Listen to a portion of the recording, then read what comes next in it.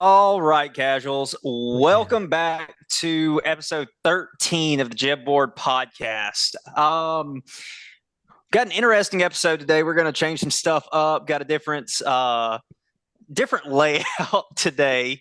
BB looks like Bill Belichick right now. Yeah, it looks like he's went to the dark side. Do it. Are you just going to stay like that the whole time? I honestly don't know who would be harder to understand. Bill Belichick or BB? Well, in terms of mind games, wide receivers. Billy and Edelman on our team, and we'd be really good. Yeah, I was about to say, in terms of actual like mind games, it's Bill Belichick, but in terms of the actual English language, it's definitely BB. So, the true rivalry there. BB in English. Yeah, BB. Yeah, I was about to say it's rivalry week this week, but yeah, that may be the fight of the century. Why will we? English and Kyle and ours. Wed wibble wobble we. All right. Turning THs into Vs up in this piece. Funny because I think this is the first PG humor on this show that I've actually laughed at. So congrats to us. Let's go. Oh, all right. Well, let's go ahead and get in our highlights and lowlights. Let's start off with a low light being the Auburn University football team. Auburn managed to lose to New Mexico State this past week in a game where, I mean, they got dominated. It was, 31-10 was the final score. I believe it was 38 minutes that New Mexico State held the ball. So it was just, it wasn't even a game. It was just ugly to watch. And like, I didn't pay attention. I thought Auburn was on bye week, to be completely honest. And then Kyle said something about it in the group message. We look, and then they're down 17-10, score again. And I'm like, oh, this game's over. They're not coming back. Auburn don't have the facilities to come back from 14 points in one quarter. Well, I wasn't even in town, and I was where I had no service. And so I checked in on Sunday because I was like, let's see how bad Auburn beat New Mexico State. And I checked and I saw 31-10. I'm like, oh my God. And I kind of looked and I talked to Grayson a while ago about it. And it seems like, in a UFC term, they basically wrestled them the entire time and just took all the time of possession, where if Auburn had a 3 and out, it was over. Diego Pavia. Oh, go ahead, BB. I'm pretty sure they were picking fights with the Auburn pregame and flipping off the fans. That they were. Yeah, there's Yeah, I saw a clip of a New Mexico State player like jawing up a couple of the Auburn players walking into their locker room. Might have been BB that sent it. But not great look, Steve. Not at all. And okay. They're still gonna beat Bama somehow. So New Mexico State's quarterback, Diego Pavia, he on the season has 2,458 yards, 22 touchdowns, and 6 interceptions with a total QBR rating of 66.1. Ugh. And none of those interceptions, as everyone knows, are from Auburn. So yeah, they lost to a very bad team. Well, yeah, I don't know. I was about to say they're 9-3. I'm not a bad team. They lost to a team they definitely played down to that team, like for sure. It says more about Auburn than it does New Mexico State, but New Mexico State not going to take away credit for getting a win on a big Power 5 school like Auburn. But I mean, you look at the stats on that quarterback and it was unforgiving. He had a great game against Auburn, and Auburn did nothing to interfere with that. Nah. Well, and that will lead us into our highlights, because a direct correlation to that game was a Twitter space called Auburn After Dark, which is something that me and BB got into last year. And it was like 2 years ago. Yeah. Well, whenever it was. Whenever Brian Hart that secretary. Yeah, that was last year. Oh, that's the last year. Yeah, that was last year. But yeah, so it's basically like a bunch of Auburn fans getting together and going through an existential crisis together. And there's one specific guy on there. I don't know his real name, but his name is Zoo, and he is the most hilarious people in there. Like, I got to go back and look at. I'm gonna go in the group message because there was like all time quotes. One of y'all sent one. This. Oh, go ahead. Oh, I was just going to say, I think it was BB that sent this one tweet that he had. I'm very new to this Zoo fellow, but BB sent one great. Yeah, this like BB sent this one particular post, and it was him retweeting Auburn's main account saying, "Wear blue, it's Iron Bowl week," and then his only response was, "Man, shut up." Yeah, that's him. That's him. There's not one more just miserable fan base than his. Auburn Tigers, Carolina Panthers, and Charlotte Hornets. That's who he rides for. Yeah. One of the quotes was, Campbell's Soup is who I work for. Somebody said Peyton Thorne will be back next year for quarterback, and then there was a reply that said, "Shit, no." The definition of this game was ass. Somebody made a joke and said you could say that he was a thorn in our side, and somebody from the background said, "Oh God, get him the fuck out of here." It's not even that. It's just that Twitter space has made me realize how delusional Auburn fans are. Yeah, I mean, well, you could see it with any fan base. I mean, a lot. I can't tell if it's like a laugh so we don't cry moment, or they're just actually delusional. No, I think it's more of a laugh than that way we don't cry. You gotta think they went like Auburn's been through 2 years of Brian Harsin. Like they're already at the low. Brian Harsin didn't lose at Georgia State. Yeah. So, and here's one thing I'll say, I think I'm in line with Grayson's point here. Hugh Freeze this is his first year there. Like he hasn't even been able to recruit his own team yet. It's like, I think there are reasons to be optimistic.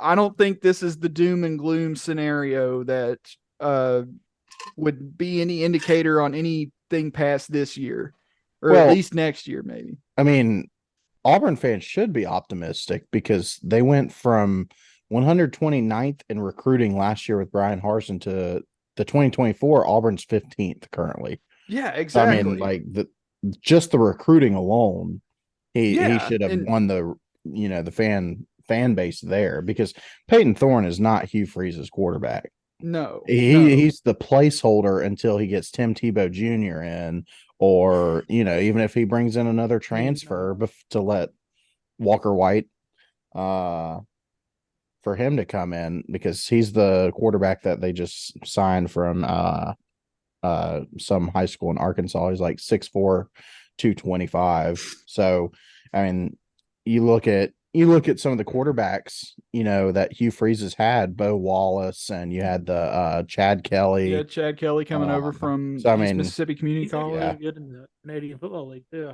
He is. He's the highest paid Canadian football player. So he probably makes about $28,000 a year. Yeah, and Bo Wallace. He cracked 6 figures. And Bo Wallace was a great, college quarterback. He sells insurance now, but so I mean, I think Auburn fans should be optimistic. I mean, versus where Brian Harsin, as soon as he got fired, he took the company truck and drove it all the way to Idaho and said, "Come get it, bitches."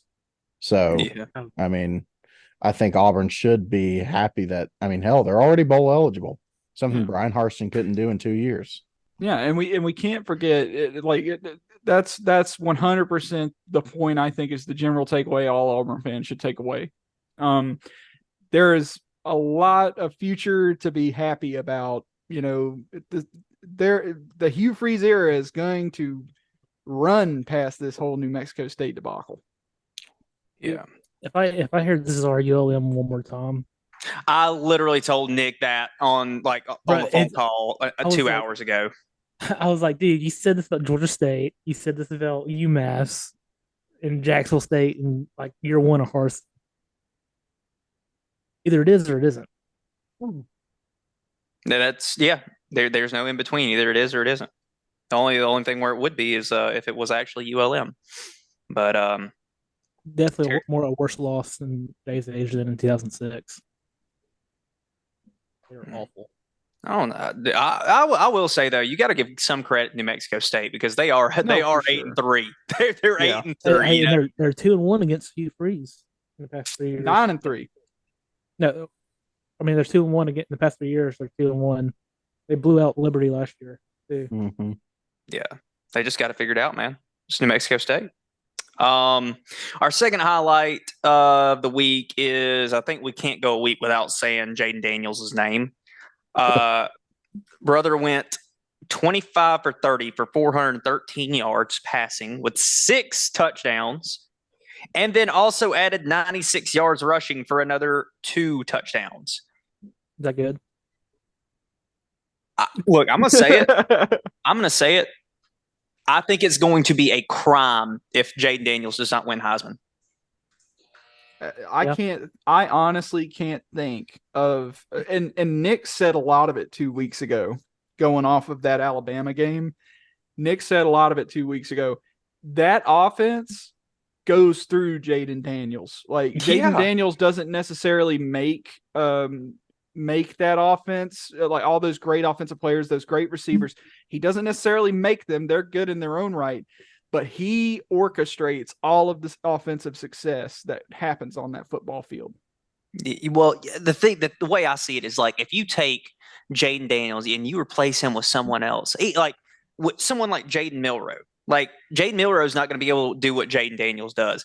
And with that logic of thinking, I don't think there's anybody in college football minus someone like maybe like a Michael Penix Jr., maybe. I wouldn't even say a Bo Nix because Bo Nix doesn't use his legs as much as Jaden Daniel does.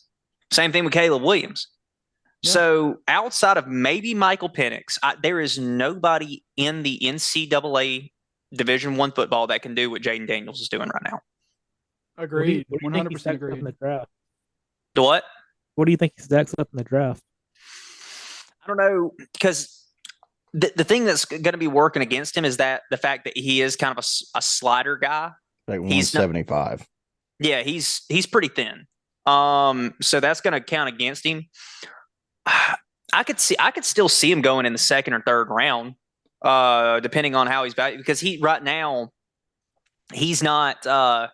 They're really not giving the value analysis of him like they do with other quarterbacks. That's the big thing. Like usually they pick like 3 to 4 quarterbacks that they kind of like heavily. Right now it's Caleb Williams. Bo Nix is one of them. Drake May is one of them. Maybe Michael Penix Jr. really hadn't heard a lot out of him, to be quite frank, in terms of taking the next step to the NFL. So it's hard to say where he stacks up in the NFL in terms of what they're looking for. But I think he goes in like me personally, I think he goes in the first couple rounds for like maybe round 3. Well, very seldom do you see now where, before the season, they have their draft prospects for quarterback. Mm-hmm. And I don't know. It seems almost we're moving a little bit away from stats and more of like, okay, what kind of body frame are you and what kind of arm talent do you have? And we're going to go off that. Like, look at Anthony Richardson. Mm-hmm. He had no stats to back up the fact that he should have been a top 5 pick, much less, I would say he should have been a round 4 or 5 pick with his stats. Yeah. But they looked at the body frame. They're like, oh, we've just found another Josh Allen. And so I feel like that's what a lot of people do is like the NFL scouts, they don't look at stats nearly as much as they used to because, when like Cam Newton, for example, Cam Newton was not on any draft, radar from anybody. He comes on the scene. They're like, oh my God, we have to get Cam Newton, gets first overall. Then you have people like Johnny Manziel, who doesn't have that, that NFL body and he wins a Heisman, and he's picked later in the first round. He wasn't like the number one overall pick. I think guys can slip now, even more so now. Guys will slip just because of their frame, no matter if they win a Heisman, because they think, okay, they did it against these competition, but now we're going up to the big leagues with this kind of competition where his body frame's not going to hold up. Yeah. And, with another thing to think about is like, what kind of, whenever you're drafting, Johnny Manziel was a perfect example. Johnny Manziel, I think, got drafted in the first round, not because of his playing ability, to your point, Nick. I think he got drafted just because he was such a high-profile player, and the Browns were garbage at the time. So anyone in that management office was trying to turn heads.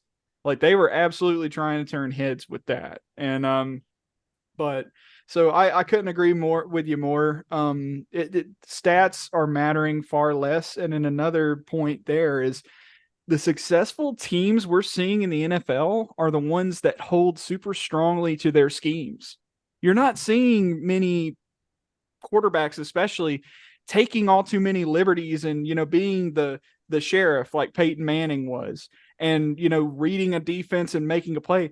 It's happening in the coaching booths. It's happening on the sidelines with the play calling. Like, you're seeing more quarterbacks looking to the sidelines now than I think I can ever recall seeing growing up in the Peyton Manning era and the Tom Brady era and everything. So, to the point, they're looking at body type. They're looking at just physical capabilities more so than stats. Who can run my scheme? Who can I turn into a weapon with my scheme? Yeah. Well, and I guess that gets us out of Jaden Daniels and going to our third highlight. It's the Green Bay Packers. We were going to kind of let Kyle take this away. I kind of forgot to say that Kyle's not on here today. He has family in town, and he's also sniffing a cheeseburger. He's not well. Making a hamburger. But yeah. So I don't think Green Bay oh, good, perfect. I'm glad that timed up well. I don't think Green Bay should be a highlight because they beat the Chargers, who, my God, loses another game with a game-winning field goal.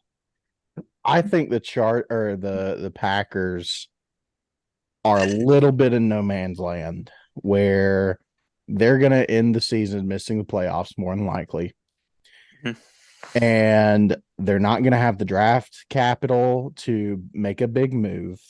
They don't have any, besides maybe Aaron Jones, any big names anymore. Their roster is just very underwhelming. Mm-hmm. And so looking past this season, I've never had faith in Jordan Love. I've talked about it on the past podcast where, again, I never had a problem with drafting another quarterback after Aaron Rodgers. It was who they picked because Jordan Love was ass in college and he's ass in the NFL. Who would have thunk? But Aaron Jones sensitive property. Exactly. I mean, Aaron Jones is showing that he's a little bit of a liability in the health where, he goes back on IR with an MCL sprain. He is their offense. Yeah, not this past week, but the week before. He was only 6 carries ahead of AJ Dillon. Yeah. And Christian Watson, I feel like it's another failed experiment. Taking him from North Dakota State at so high where, again, I mean, he's just injury. And then now when he plays, he can't get open. They have a very, very limited receiving core. Jaden Reeds is coming on strong, and Dobbs is coming on strong, but still, I mean, those are your two guys that are making all your plays against, when you look at other NFL rosters, they're far better than the Packers. And so I think this is like their ceiling right now.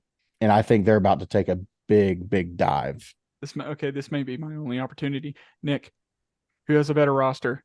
Green Bay Packers or New Orleans Saints? Saints. Yeah, okay. First time I've except Michael Thomas went on the IR. He's also going to jail for smoking a Mexican with a brick. Been there.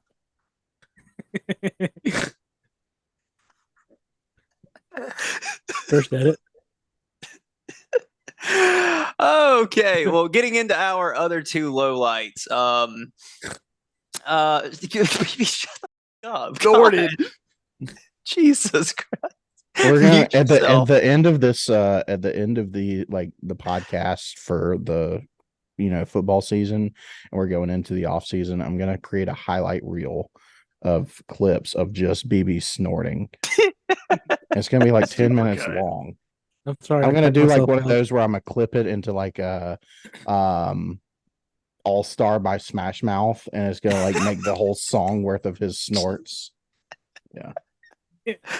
Oh my God, that sounds like a 3-day project, but please do it. That's gonna be more than a 3-day project. All right, well, getting into our other lowlights. One of the lowlights we had too was injuries just across the board in college football and NFL, because you got to think Mark Andrews got hurt. He had and we'll talk about this for a second, or in a second. Mark Andrews got hurt on one of those hip drop tackles. Injured his ankle. Like, I think I don't know if he's questionable or out. I know he's out for season. Yeah, he's out for the season. I need to change that on my roster. He got hurt. Joe Burrow went into that Cincinnati game hurt. Like, he had a cast or a brace on his hand before the game, and I don't know if you guys saw his hand. Like, when he was coming off after he threw that one touchdown pass, his hand was extremely. It looked like toothpick stuck into a marshmallow. Like, that's what it looked like. Yeah, and Dude then tore ligaments in his hand, and even on the sideline, a reporter overheard him saying, "I heard it pop." Yeah, he couldn't hold the ball. Now he's out for the season. Yeah. Well, and then somebody else is out for the season is Jordan Travis. I don't know if there's been any confirmed injury. His ankle's going the wrong way. Yeah, his ankle took a left turn when it should have stayed straight. He's got 2 left feet right now. Yeah, so he's at the very least he's got a dislocated ankle. At the most, he's got like compound fracture of tibia and fibula. Yeah, I mean he's out. He's already confirmed that he's like done for the season. His college career is over. One thing I want to talk about is like I see a lot of people like talking about this hip drop tackle, like how basically you wrap someone up and then you drop down, and it's like they're saying like it's a bad thing, and like it's almost like it should. A lot of people are saying that it should be viewed in the same way as targeting, like leading with the crown of your helmet or leading with your shoulder into someone's head or neck area, and that it should be banned. And in my head, I'm thinking like, okay, when a quarterback is getting hit, you don't want the defender to throw his weight onto the quarterback. But now that the defender is trying to just drop and drag the player down with him, now that is an issue. So what according to the armchair officials and the armchair referees, how are they supposed to tackle at this point in time if they're at an awkward ankle? Football. I heard Aaron Rodgers talking about that today on Pat McAfee show. How like it's starting to get to the point where they're essentially going to be playing flag football or 2-hand touch. Backyard. So targeting makes sense. Like targeting at its core makes sense. You know, every now and then you get a bad call and you're like, oh my God, how did they call that targeting? But with something like a hip drop tackle where, like Grayson said, you're practically setting them on the ground. Now, granted, due to velocity, they could hit the ground harder, but I can't imagine a safer way to tackle someone in that situation, especially with a quarterback. Yeah, I don't know. Like I said, I just think the logic behind it is completely ridiculous because it's to the point where like I'm not defending the NFL at all whatsoever. But in the same token, it's like you can't win for losing because there's no correct way to do things. Contact sport. Yeah. How would they want them to tackle if you can't hit them high, you can't hit them low? Yeah, that's what I'm saying. And like people don't understand that like a lot of this stuff is split second, like bang bang plays, and you're having to. It's kind of like the thing with Nick Chubb when Nick Chubb got injured. To make that play, a lot of people are saying why did they not hit him higher? Well, you got to think if that player, whoever it was, I forgot who it was, but if he launches higher to go tackle Nick Chubb up top, he's going to be in the air longer, and Nick Chubb is going to be farther away, and he's going to have to basically hold on to him. Yeah. So, not saying out for the year with a broken back because it was Minka Fitzpatrick. That's fair. But yeah, so like I said, there is just no. I mean, it's fans. It's dumb fans. That's all it is. That just don't understand. That never played a down of football in their life. That don't understand how sports work. That were never athletic. They were probably like the kids that. They're fans that never got to watch E.D. Reed. They're fans that never got to watch Brian Dawkins. They're fans that never got to watch Ray Lewis, or they're fans that never knew Michael Strahan outside of Good Morning America. Yeah, so like, Palamalu. It's just Troy Polamalu. Yeah, so like it's just these people don't know how much more dangerous football was. And in addition to that, they're just not used to a play style that's that aggressive anymore because we've already cushioned the game enough. Yeah, I don't want anyone getting hurt. I think they should just take the pads off. No pads, play tackle football. I agree. I've been saying that for 3 years. You don't see rugby players CTE, do you? No, you don't. And it just die. You turn on your internal brain. They all live in third world countries, so they probably do, but they just don't know. But still, yeah, these guys go at it 100%. The E.D. Reeds of the world go 100%, and they make their maximum force contact because they have those pads to protect their body. I'm gonna love to clip that, Nick. It's okay. I wasn't talking, so it didn't show up. 4 people that are yes, it did. Targeting with no helmet. Yeah, you're not going to see any more targeting. Well, that'll work. Yeah. Dude. Nick didn't say a word, but when he was doing that gesture with his arms, the camera cut to him. Oh, leave it in. Leave it in. All right. Well, in our our final low light, and I'll let Caleb. Sorry, not Kyle. Caleb. I'll let Caleb take it away with this. Billy Napier for Florida, and just the abysmal season he's having.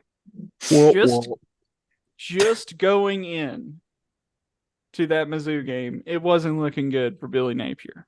Billy Napier is bleeding recruits this late in the season. Had 3 decommits in just that 1 week alone. And then gets completely outcoached by Mizzou. And I mean, I just don't think it bodes well for Billy Napier's era at Florida. He's entering into his second year. Or sorry, not entering into his second year. Second year is almost done. And standards at Florida are pretty damn high. I mean, just ask Will Muschamp, just ask Dan Mullen. Expectations are high. And I just don't see how Billy Napier is going to survive at Florida after this season. His only shot is to stun Florida State somehow. And I don't see it happening, but we'll talk about that later. But Billy Napier, I think as far as lowlights go, he's probably one of the biggest lowlights, I would say, in the SEC because, Florida fans aren't happy with him. And when you see your future dwindling away with all of these recruitment decommits, I think that's the biggest indicator of how successful Billy Napier is going to be. So I'm out on Billy Napier. I think the whole Billy Napier at Florida thing, too, is going to make other Power 5 schools think twice about hiring G5 coaches. Because really, I mean, Mike Norvell was in the same boat, and then they just all of a sudden clicked last year. Yeah. Well, and then let's see, where's Luke Fickle at? He's at Wisconsin. Yeah, he's at Wisconsin now. But you try to take Air Force and turn it into an air raid team. That's what he's doing. Give him a break. Yeah. I forgot. It's not an air raid. It's not. It's really not. I know they want to be, but it's not. They are still running more than they are passing. Nick, that was the closest I ever heard you come to. Nah. Yeah. That was my nah. He sounded like. Oh, Summary: Billy Napier bad. Billy Napier stinky.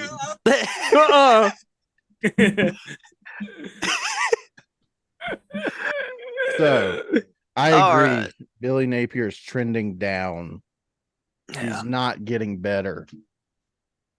Well, that will get us out of our highlights and lowlights, and that will get us into our new segment that we have this week that we have labeled the uncivil debate for the week. There we go. All right. So with the uncivil debates, what we're going to do is we have obviously we have a topic that we're just basically going to argue about and basically get to no conclusion whatsoever is how I see it going. But this week, our topic for this is going to be this college football chaos theory that's going around that loops in about 8 to 9 different teams, possibly going into a 14 college football playoff. So as of right now, this is kind of the stipulations that we have is that we're assuming that Florida State wins out and they're the ACC champs. Mm-hmm. And then we also have the Big Ten champion, whether it be Ohio State or Michigan. So you have 2 remaining slots. So in those 2 remaining slots, you have a 1-loss Oregon team that's a Pac-12 champion, a 1-loss Washington team that has a head-to-head win over Oregon, a 1-loss.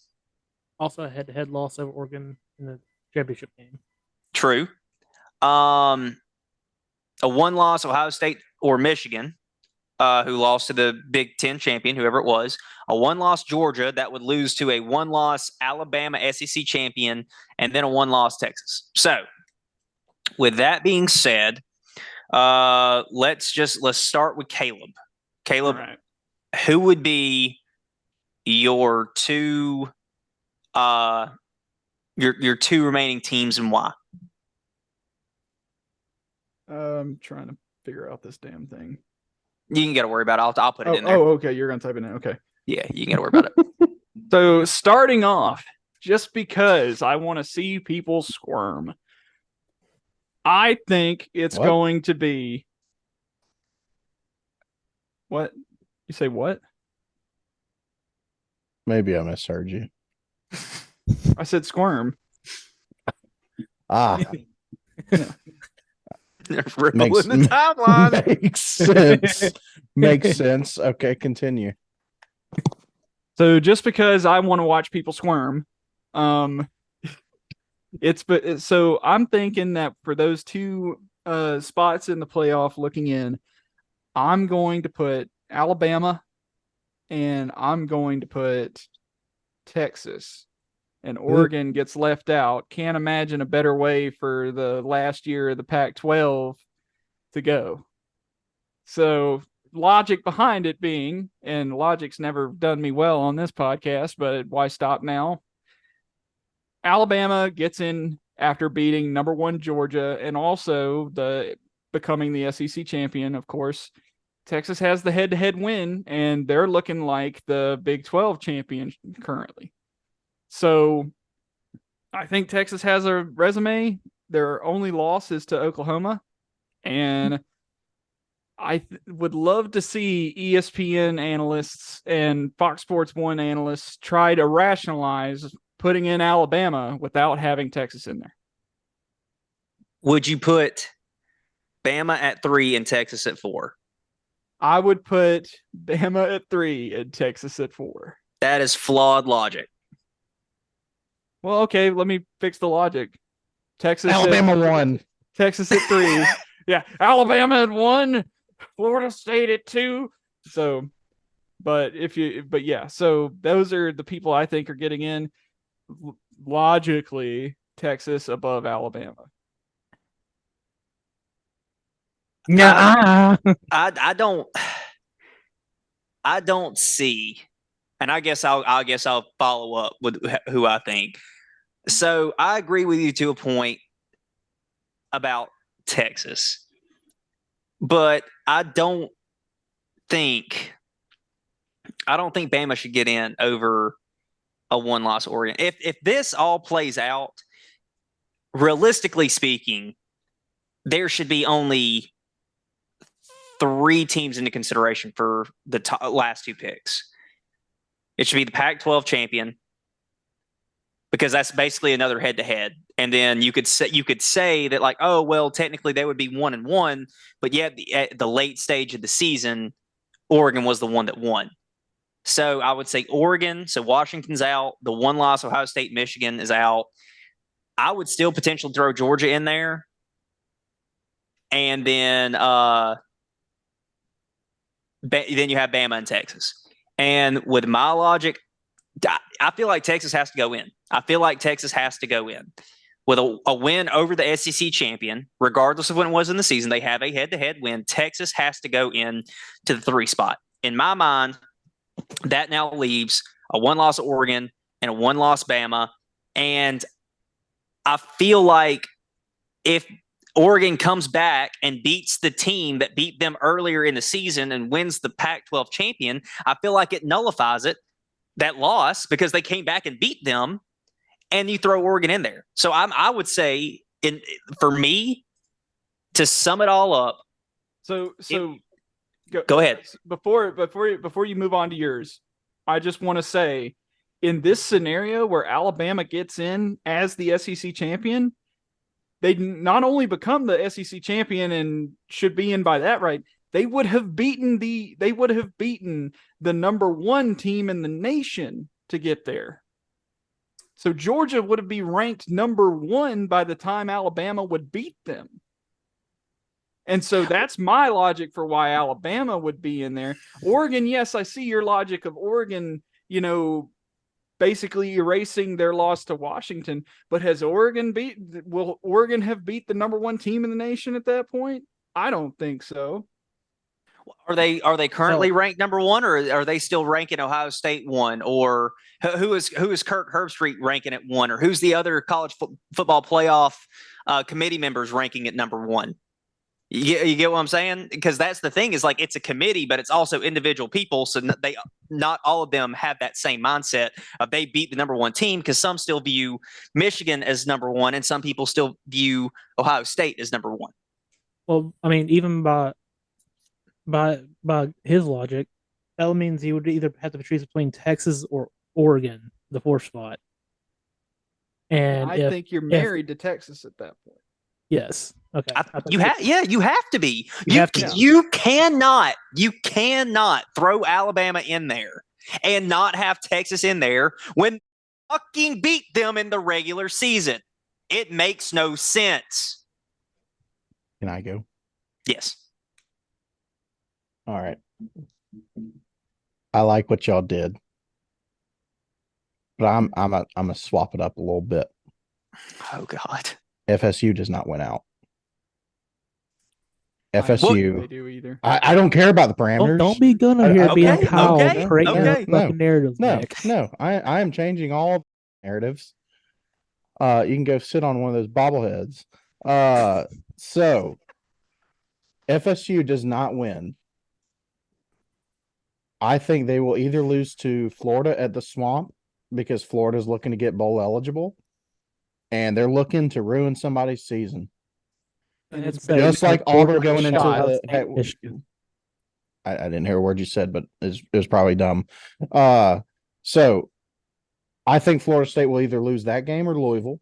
So I think Florida State's out, because they're going to look at Florida State, even if they're a 1 loss, and they're going to see, okay, the blaring thing is their quarterback's out. So FSU out, Big Ten champion in, then you put in Oregon, Bama, and Texas. I'd like to change mine to that. No. Yeah, well. The reason for this is to pick between 2 people out of 7. Because honestly, I can see that logic as well. Florida State wins. This is all cleared out. If Florida State loses, I'm sorry, it's all cleared out. If Florida State loses, fine. Okay, so FSU and whatever the Big Ten champion is. So I need to pick the next two. Yeah. Okay, give me one loss Washington and one loss Georgia. Ooh. So the two non-conference champions. Yeah, the two losers. Any reason, or are you just spite picking right now? Yeah, because I really liked mine, but y'all didn't like it. So, yeah, give me the dog shit. I think so. I think the reason nobody liked it is because we all secretly agree with it. Yeah, absolutely. Like I said, if Florida State loses, I don't see a compelling argument against it. I don't see a compelling if argument. FSU loses one out of the next two games, they're out. They're probably dropping all the way to 8 or 9. So does if any of these teams loses one of the next 4 games, they're out. Well, you got to still think though, Georgia's still undefeated, and I think Georgia would have a better championship game. But if Florida State's out, then they still have a resume to be still put in. I'm okay. Me and Grayson talked about this. There are about 1,000 different combinations that we could put in based on hypotheticals right now. I saw a hypothetical today with segment. I know. I saw a hypothetical that a 4 SEC team playoff could still technically happen if you include Texas still. So I mean, technically it'd be 3 SEC and 1. It would be Georgia, Bama, Missouri, and Texas. So, I mean, there are plenty of hypotheticals, but this is just a very specific hypothetical that we're picking off of. So there's also one more thing you have to factor in, and I'll put it over just to add to our list. What if Louisville beats Florida State in the ACC championship game? Mm-hmm. There's also that. I think it doesn't do anything but drop Florida State out of it. Louisville doesn't have a shot at being in the playoff. I think it only serves to be the detriment of Florida State. So, and well, the thing is, though, when Louisville lost to Notre Dame, it wasn't necessarily a bad loss yet. That's just like when you look at like basketball, when you're picking the top 64 for college basketball bracketology. You're looking at what the teams were when you played them, not what they are at the end, what they were at the time. So, I mean, you got to look at it the same way. And I agree, though. I think Louisville is going to be like that 2013 TCU that you just got left out. And they're the first team out. And it sucks because, again, I think a 12-man playoff would absolutely clear all of this up. Absolutely. But I think Louisville would be the 2013 TCU that gets left out. We're not getting on that topic. We're not getting BB on that horse today. He started itching. Yeah, did you see? Yeah, he heard 12 team and he perked up. Yeah, this is the first, like the second time we've seen his whole face in the podcast. Yeah. Well, BB, this whole thing was your dumb idea. So who do you have who would you put in? All right. So Idaho and James Madison. See you next week. Yeah. No, all right. So for my third team is going to be Oregon. Okay. One Pac-12, and my fourth team is going to be Texas. Here's why. All right.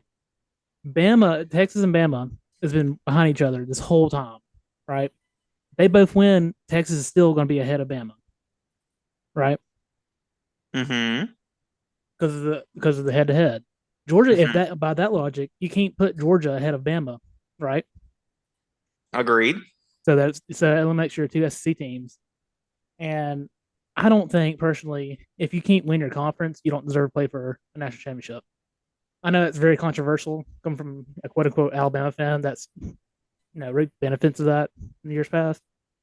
That's how I feel. So that eliminates Ohio State and Washington. So FSU, Michigan, probably, or actually I'm probably leaning more Ohio State now. Do you think someone that's a pick game, right? Yeah, well, we don't know who you pick because I don't know that pick. Send your pick. You didn't pick anybody. You didn't send anything in. That's one of the games we're picking, right? No, we replaced that with Idaho and Idaho State. Figured that would appease you more. I'm picking the Vandals. The Kibidone's a hell of an environment to play in. God, I hate you so much. Okay. So is this based on what the committee would do if this was where we were, or if we do. were on the committee, what we would pick? If we were on the committee, this is not. Okay, This is not trying to get inside the heads of the college football playoff committee because we're not members of the Illuminati. Who knows why madmen do what they do? Yeah. But- So, and then I know Sickos like Kyle. Yeah, well, I'm gonna go ahead and fill out Kyle's because I know who he would pick. He would put Oregon and Washington. Yeah, that's exactly what I was putting. He would put Oregon and Washington because he is The only person that watches Pac-12 after dark. Yeah, I like or in the day. And then bitches about none of them having a defense. He's a sicko. But, all right. Well, let's get out of this. And let's get back to our regularly scheduled programming. And let's get into the NFL. So this week for the NFL, we just have our game picks. Nick, if you want to I don't know if it changed for you, but if you want to change the whiteboard. While Nick's doing that, I'll go over the records right quick. We suck at NFL picks. We are bad. We went 11 for 25 this week. 44%. We are at 50.5 for the season. Kyle's at 25 and 30. Caleb's at 27 and 28. You actually got 4 out of 5 right, so you were our saving grace this week. Nick is 33 and 22. BB is 23 and 32, and I'm at 31 and 24. So we are going to start off with BB. Let's start off with you. What's up? Baltimore. So my first pick is I'm picking Atlanta. Yep. Because as New Orleans defense, how are they compared for a quarterback when the Falcons don't know what quarterback they're playing? Element surprise, baby. Bijan's starting. Bijan's going to start at the quarterback. He's the fucking kickoff kicker now. And long get snapper. His touches in. Give me the Eagles. Josh Allen does too many picks.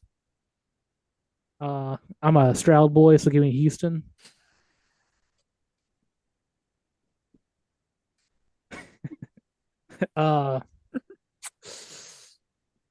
Who's Cincinnati's next quarterback? Jake Browning. I'll take Jake Browning over Kenny Smallhead's Pickett. Okay. And give me Detroit. I'm just kidding. Give me the Tampa Bay. That was a good one. So you're taking Jake Browning in a Jake Browning legacy game? the Cincinnati fighting Jake Brownings. Fighting conkies. He came from Washington, didn't he? That's who that guy came from? Yeah. Yes. I think we're in Georgia. No, you're thinking of Jacob Eason. Yeah, you're thinking of Jacob Eason. Where did he get up? Did he go to Washington too? He's the backup quarterback at he's a backup quarterback at Indianapolis now too, right? Mm-hmm. Or was. But yeah, he also did transfer to Washington though, BB. Okay. Yeah. All right. Well, Caleb, why don't we go through your picks? So we are looking at 2 teams in this NFC South matchup. This is going to determine who's going to be leading the division. Unfortunately, that is pretty much a coin toss between which team sucks more. I do think Atlanta does suck more.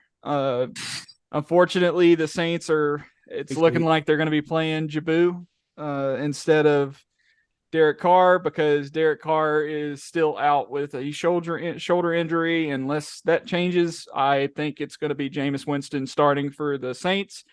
And every outing that Jameis Winston has had has been far less than spectacular, to say the least. But fortunately, it's in Atlanta. So is it? I don't even know if it's in Atlanta. All I know is the Saints are going to beat them. So.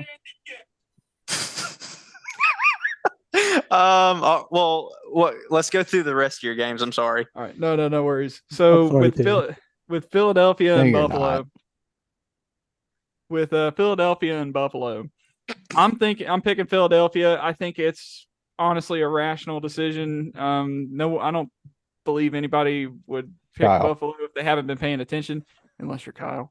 And I mean, to give a recent example, Philadelphia was on the ropes against Kansas City, but they still found a way to grind back and managed to win that game. So I think Buffalo is on par with Kansas City, and I think Philadelphia wins this game. Houston and Jacksonville, I'm taking Houston because I think the Texans are red hot right now. I think CJ Stroud, like BB was saying, CJ Stroud is awesome. So he's doing CGI great. Stroud. Yeah. Are you a Stroud boy?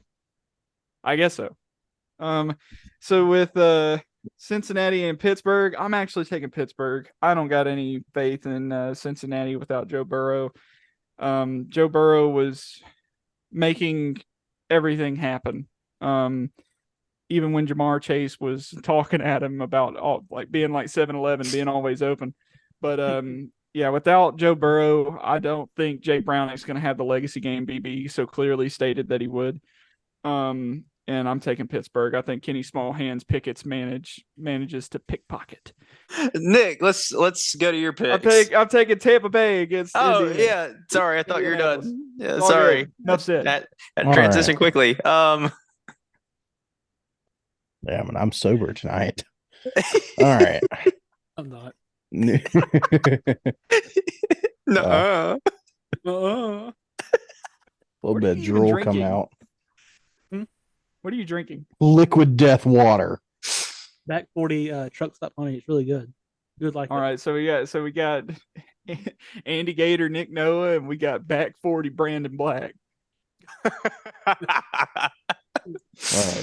So New Orleans is going to beat the Falcons. Do you know why? Because they have finally. Michael Thomas. He is on IR. Michael Thomas is gone. He is done wasting space, and he can sit on his bench in street clothes and collect his check like he loves to do. And you're going to have was it Rashid? Rashid Shaheed. Yeah, Jesus, hell of a name. And they also activated Marquise Callaway. I saw that today as well. So yeah, and plus Chris Olave is going to play better with Jabu, as seen last week, and Alvin Kamara and Taysom Hill will have productive games. Atlanta, they don't even know how to use Bijan. So yeah, New Orleans. Philadelphia will cause a turnover, and they'll kind of play a very similar game like Kansas City. So I think Josh Allen will throw a pick or have a fumble. Jacksonville will beat the Texans because the Texans beat Jacksonville to go start their little run. And I think that was very much a fluke game. I think the Texans are still very good. But, again, the fullback, running back, the touchdown, the fumbles, I think Jacksonville cleans it up. Jacksonville's already sitting at 7-3. So I think Jacksonville will win a close one and kind of show that, Jacksonville's still top of that division. I'm taking Pittsburgh because maybe now that Matt Canada is gone. Matt Canada. All right, so I'm going to pick New Orleans over Atlanta. Give me Buccaneers. Okay. Oh, I get what you just did. Yeah. Okay. All right. Here we go. Yeah. Bucks win. All right. Well, only Nick knows how easy that will be to edit. Yeah. Bucks win. Well, we'll go through Kyle's right quick too. Kyle picked New Orleans. Let's just laugh at him. Yeah, Kyle picked New Orleans. He also picked Buffalo. Kyle, why the hell would you pick Buffalo? They're out an offensive coordinator, you dipshit. I'm a sicko. He picked Jacksonville. He also picked Pittsburgh, and he picked Indianapolis as well against Tampa Bay. I took that one personally.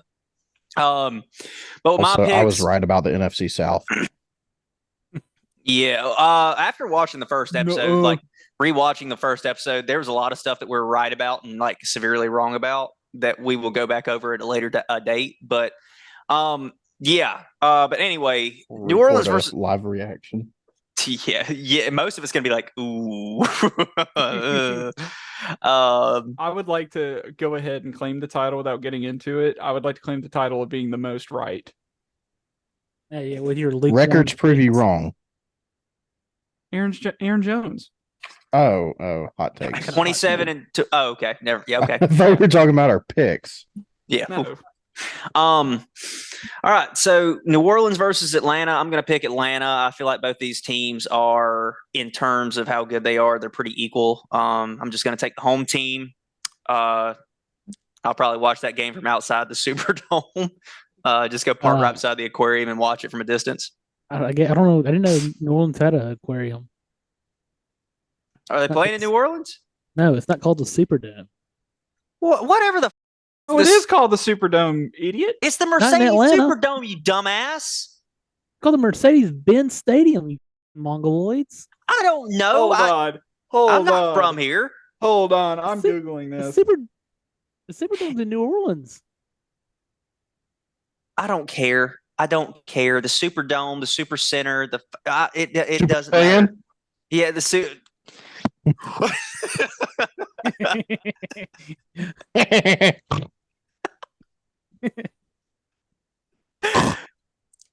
Anyway, damn it. Hold on. Look.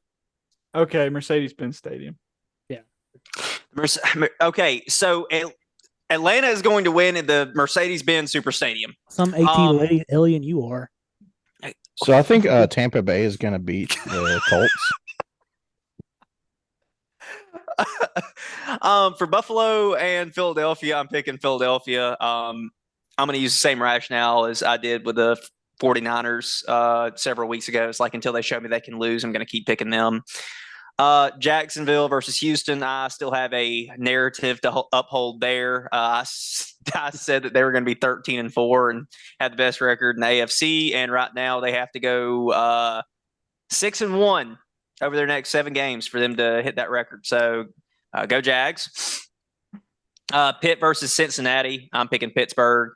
I think the two-headed monster of Jaylen Warren and Najee Harris, and 1 3/4 of those heads being Jaylen Warren, I think is going to win them the game. And then Tampa Bay versus Indianapolis, I'm going Tampa Bay. I think especially with AR-15, being out for the season and No, nothing. Sorry.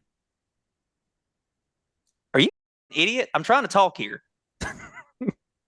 And you're just sitting there interrupting me. Well, I was going. I'm trying to get my take here. You see one of those. Shut the fuck. Not you, Nick. I'm sorry. One of those bobbleheads is missing now. Yeah, there's a cat there. Yeah. No, there's only 5. There's only 5. He's just getting into his picks. He's bouncing up and down. Yeah. I've noticed the chair started spinning a lot more. But spinning. Yeah. So yes, Tampa Bay wins. Okay.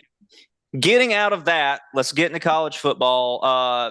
This week, we're not doing a game of the week or player of the week. We're just going to go straight into our picks here as well. So our games this week are Ohio State and Michigan, like we kind of referenced earlier. Oregon State and Oregon, North Carolina and NC State, Texas Tech and Texas, and Bama versus Auburn.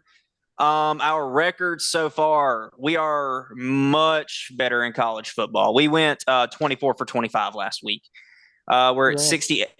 Good question. It was Caleb. He picked North Carolina against Clemson. And so, but we're 68.5% for the year. Kyle's at 38-23. Caleb's at 40-21. Nick is at 45-16. BB is at 40-21, and I'm at 46-15. So with that being said, we're going to start with BB again. Go ahead, BB. Go ahead and give us your picks. Let me pull it up. What do you have to pull up? The games are right here to your left. Well, on my screen, it still says Week 12 NFL predictions. So you can go to the bottom right. and then click the little two boxes and go to the second page. No shit. I did not know that. And if you want it to be a little easier, you can actually also go up to the top and click on the little bar that has KNGA, and then you can actually click to follow Grayson, so it guides him through the presentation. And if you want to make it even easier, there's a big red button that says "Leave Meeting" at the bottom right. If you want to click, it makes it really easy. All right, take it from top. No, we're leaving that in. No, we're not leaving this out. You're that just an in. idiot. Stupid. Whatever. Give me Michigan. Is that game at the big house? Yes. Yeah, give me Michigan. Taking the home team there. I think they're gonna play without Jim Harbaugh. Win it for Jim Harbaugh.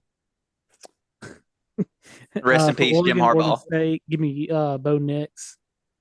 He's the best quarterback one of the best quarterbacks in college football. For UNC, NC State, taking North Carolina. Easy money. For Bama and Auburn. I'm actually going Auburn with this. I know you do that shit. Because you're going Auburn? I'm going Auburn. You know why? There's always some weird voodoo bullshit that happens in that godforsaken stadium. And it's going to be like a kick six safety that wins them the game. How's that possible? I don't know. Auburn gets a safety against Bama to cut the lead to 42. The two. And then give me Texas over Texas Tech. Okay. I'll go ahead and read Kyle's, get his out of the way. He picked Ohio State. He also picked Oregon State against Oregon. He picked North Carolina against NC State. He also picked Texas Tech against Texas. And then he picked Bama. So Kyle is looking for a couple upsets. You know what's bad? Kyle's not even here. And he put these picks in, and I'm sitting here in my head thinking about what Kyle would say of why he picked them, and it pisses me off. Just like Kyle did not say a word about it. He just gave us the picks.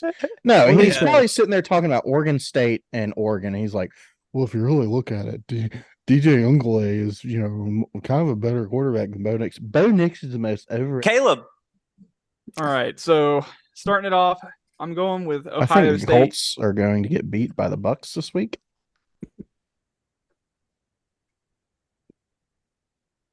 Continue. Stupid.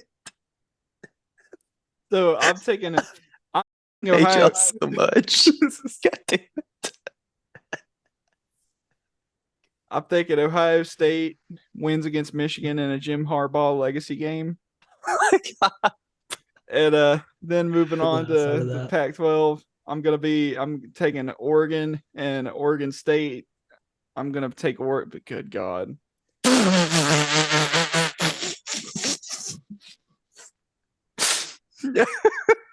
I could see the stroke happen while you were saying it. I just had a Mitch McConnell moment. Oh, God. So, anyways, I'm taking Oregon against Oregon State. I think Oregon State has proven that they're a decent team, but Oregon's offense is just too much for Oregon State to handle. Bo Nix leads the Oregon Ducks to win pretty handily. Going over to UNC, NC State. UNC has not been good to me with my picks. They were very bad to me last week, but I'm going to take UNC against NC State. Like BB said, easy money. So with Bama and Auburn, I was the one that actually suggested we include this as a pick on here just because I feel like we would be missing out on some really good content if by some chance Auburn managed to win. I do not think that's going to happen, especially after seeing the display we saw last weekend. But to BB's point, as a person that saw and witnessed the kick six firsthand in person, some weird shit happens in that damn stadium in Auburn, Alabama. So taking Bama. Miracle of Jordan Hare. Yeah. And good jibs. Yeah, unfortunately they can't roll the tumors trees anymore though. But anyways, so moving on Beta. to Texas and Texas Tech, I'm taking Texas. Kyle is just an asshole. It's the EPA, not PETA. PETA is the animals. EPA is the environment. Oh, People for the ethical treatment of agriculture. well, they're all the same in Okay, my he don't book. respect either organization. Yeah, Yeah, they're all the same in my book. I don't. they're just like respect Canadians. They're not real. Nick, go with your picks. Ohio State. And I know Ohio State is probably wishing that they had the same suspension for Ryan Day, where he could coach during the practices and everything, but on the sidelines during game day that he can't be there. So, but I think Ohio State's a more talented team. And I don't think even if Harbaugh's there, that Harbaugh, he's a good coach, but I don't think it'd make a difference. I think Ohio State wins. Oregon. And Nick, to build on that, I'm sorry, but to build on that, also one thing I think it is worth saying to your point, Ohio State's had a tougher schedule too. They've proven more. Yeah. So, and yeah, I mean the Notre Dame win was big, and you saw at times. I mean, again, Ohio State does this every year, and it fools us every year because they'll play these really good teams and play really well, and then they'll play these small teams and play down to them. And we're all like, Ohio State's overhyped, and then they somehow win the national championship. So I am high on Ohio State. I was not at the beginning of the year. But anyways, Oregon's going to beat Oregon State. That'll be a little bit of a defensive match. But I think Oregon's got too much. North Carolina, they should win. Bama versus Auburn. Auburn does stack up well against Alabama as far as like this is probably going to be the second best defense that Alabama's played besides Texas. And again, I mean, it's going to be a 2:30 game on CBS at Jordan-Hare. So, I mean, it's the same time they always play every year. And now that the time changed, it gets dark at like 4:00 up there. And so it's going to be a weird third and fourth quarter, second half, just so. But I think Bama should win. But again, based on everything that we've seen in the past with Iron Bowls, the weeks 1 through 11 don't matter. And then Texas should have no problem with Texas Tech. All right. I guess that gets to me. I'm actually going Michigan in the Ohio State Michigan game. I don't know. I just kind of like the logic with the Auburn Alabama game. I feel like there can be a lot of iffy stuff happen in the game. So I don't know. I think Michigan will plan accordingly, and I think it's going to be an ugly game. Like I really do. I don't think this is going to be like God, what was the game we watched earlier this year? And it was just like a really good back and forth, clean game. Was it? It was Ohio State and Notre Dame. Was it? Yeah. I feel like it's going to be the complete opposite of that. I feel like the game is just going to be like Oklahoma. Yeah, Texas, Oklahoma. I think it's going to be like that. But yeah, Michigan there, Oregon against Oregon State, North Carolina against NC State, picking Texas against Texas Tech, and then I'm going to pick Bama against Auburn too. Just no confidence in Auburn in terms of them playing consistently. I told Nick, I said the easiest way not the easiest way, but the best path for Auburn to win would be for them to play how they just got beat. I mean, as in like play how New Mexico State just beat them. Get the ball, hold the ball, long drives, and force a couple 3-and-outs from Bama. All right. Well, that leads into our favorite segment of the week. It's Kyle's out of pocket pick of the week, and he is not here. But he did say that Kentucky was going to beat Louisville outright in their game this week. Does anybody have any thoughts on that? Stupid. I just don't think it's going to happen because Kyle said so. Yeah, I feel like Kentucky had a better chance of winning before that was said. Now Yeah. it's dropped exponentially. I'm pretty sure if we had talked about this before going over his oop, we would have all agreed, and we would have all probably have picked Kentucky. But now, not only are we tempting fate and tempting God at this point, we're also honor bound to go against it. What's his record? Does it look it up? No, I'll have a record of it. I keep all the scripts, so I'm gonna go back and look and see what his record is. One time he was on a 3-game win streak, and then I think he hit a 3-game. Because he was picking the low hanging fruit. Like, it's like, oh well, they're not going to beat him by 45; they'll beat him by 38. Yeah. So, that was his wins. He did not get any outright wins. Yeah. Well, and finally, we got upset watch this week, which is with what developed this past weekend. We said that it was going to be Florida State and Florida. So, guys, like I always ask with this question, like, what does Florida have to do to beat Florida State this week? I'm just saying right now, if this was one of our picks, I'm picking Florida. Yeah, I mean, they're 5-6, and 10 teams that have something to play for usually play harder. And it starts at 6 p.m. at the Swamp. You're missing Jordan Travis at Florida State. Hey, drunk. Like Florida could not ask for the stars to have aligned like they have to play this game. But it would not surprise me if they lose by 45. Yeah, because Billy Napier. Mm-hmm. And so I think just like what Nick said, this is their only way to 6-6. This is their only way to bowl eligibility. And the road to the Birmingham Bowl goes through Gainesville. And in addition to ready that, to play Auburn. In addition to that, I think we're all going to see a more passionate Billy Napier, because this is pretty much, he is playing for his job at this point. He is coaching for his job. This is the only prayer he has to be Florida's coach after the season.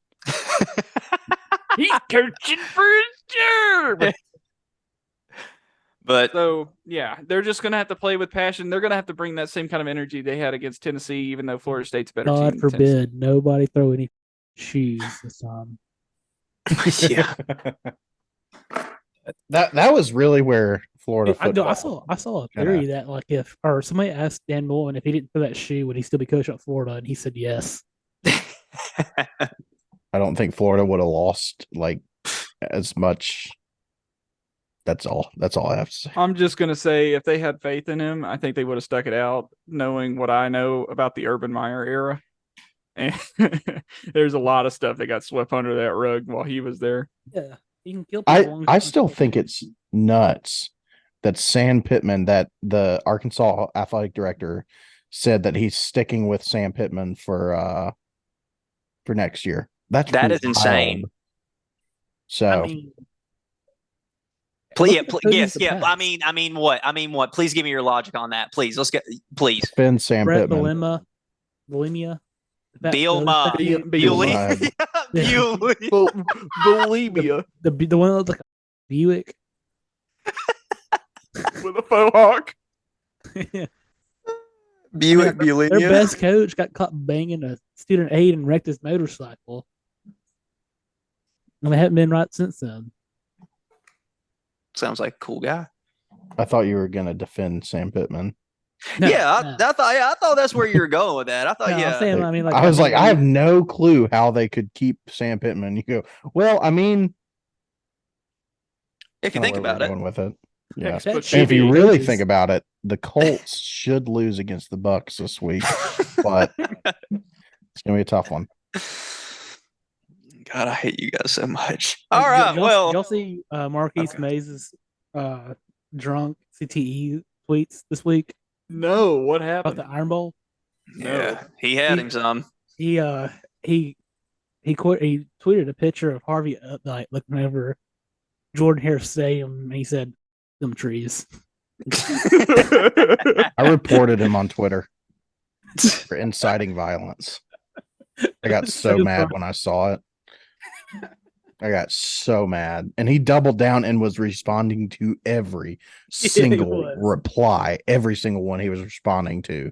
And so, yeah, I got pissed off. Whatever Marquise Mays could tweet about the tumors trees pales in comparison to whatever Nick could tweet about Henry Ruggs. Bro. Thank you. Just saying, I appreciate that. Well, but all right, guys. Well, I think that ends unlucky episode number 13 of the JEB Board Podcast. That makes sense. Yeah, it's actually on brand. Everybody listen at home. Make sure you go check us out on Twitter and Instagram at JEB Board and at JEB_board_podcast. To make sure you listen to us on all our platforms, Apple Podcast, Spotify, and YouTube. Just type in JEB Board, JEBBOARD. My name is Grayson. That's Caleb. That's Nick, and that's BB. But that wraps it up for this week, guys. So until next time, don't get hard counted.